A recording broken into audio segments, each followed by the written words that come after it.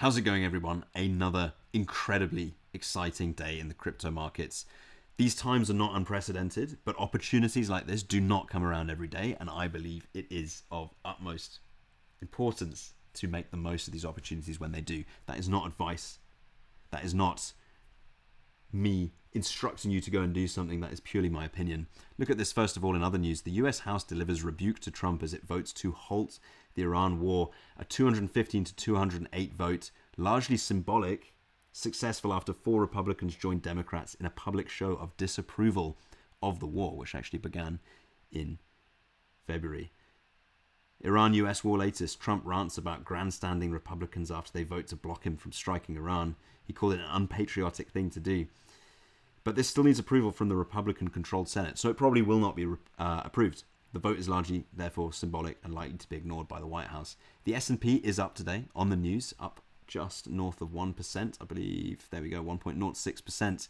Fairly small move, not insignificant for the S&P, but Bitcoin not bouncing quite so strongly. We are starting to put in a wick, but we are down at 63K.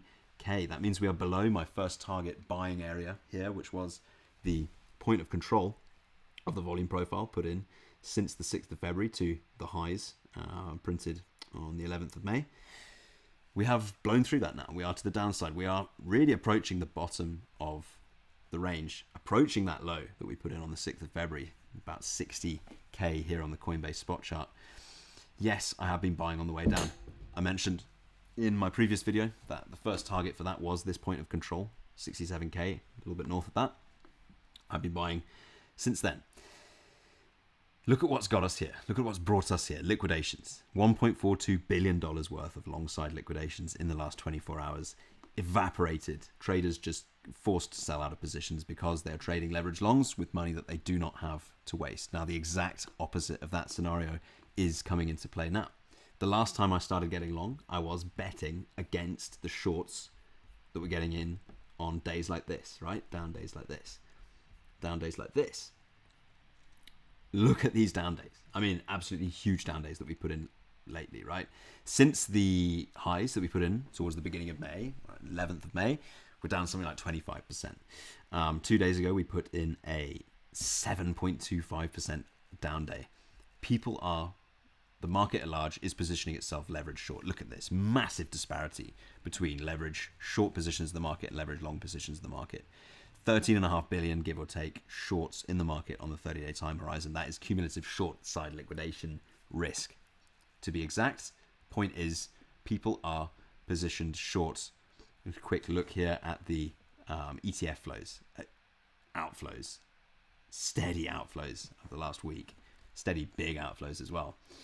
The reason I'm getting leveraged long right now is basically betting on the opposite scenario of what we've seen, right? Short side liquidations. Everybody panics.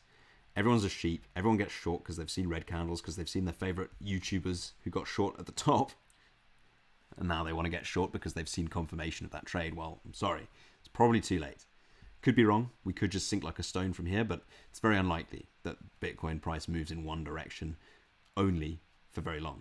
And we are in such a situation now as if we were to see any regression in price of significant magnitude, we would start triggering some short side liquidations and potentially see a repeat of this move that I traded publicly on the channel back towards the end of March. And that is a steady unwinding of short side liquidation risk, i.e. short side liquidations, price movements to the upside. Potentially a move to start moving in lockstep again with other risk assets like the S&P, which we have seen a complete detachment of that correlation lately. I am currently in this trade for 0.33 BTC, 20x leverage. My average price, because I've been buying on the way down, not trying to predict the exact bottom of any move, $67,940. I'm currently down on that trade, $1,600, right? $1,650. My liquidation price right now for the account size, just shy of 50K. I'm comfortable in this position and I will be adding more if we continue to move to the downside, which I think is completely possible, right? We're not bouncing very strongly just yet, but as discussed, it would only take a small change in sentiment and a resultant relatively small move to the upside to start igniting the tinder that is piled up in the form of these short side liquidations. And that is what I am looking for. Could be wrong. We could see another big leg down, in which case the result will be the same. I will continue buying spot Bitcoin at a discount because, once again, this is an asset that I believe in long term, and to get this type of pricing advantage is rare enough that I want to take that opportunity with both hands. That's just what I want to do, not suggesting anyone else does anything similar, but that is my opinion. That is how I like to enact that long-term view. I do see short-term, I should say, I do see a short-term opportunity here as well. That's why I'm buying on leverage too. But let's not get distracted from the main event, which is accumulating spot for me and for my goals. Two scenarios from here, obviously. We continue bouncing. We start liquidating some of those shorts and we continue a strong move to the upside. We continue to the downside and we either squeeze out a little bit more long side liquidation. I mean, it's pretty unlikely that there's much left. I think, honestly, looking here on the 30-day time horizon, the biggest numbers we're seeing now are shy of 1 billion. Not a huge amount of longs left in the market to liquidate. When I say not a huge amount, it's still possible that we come through to liquidate a little bit more. It's still possible that people just sell and get out of the way of a move that they think is going to sink like a rock. But I think it would be pretty interesting if we continue to the downside to see what happens at these lows here. Put in 60k, just because price hasn't been below that for a very long time. There will be positions with risk, most likely, risking this price, i.e. stops going off.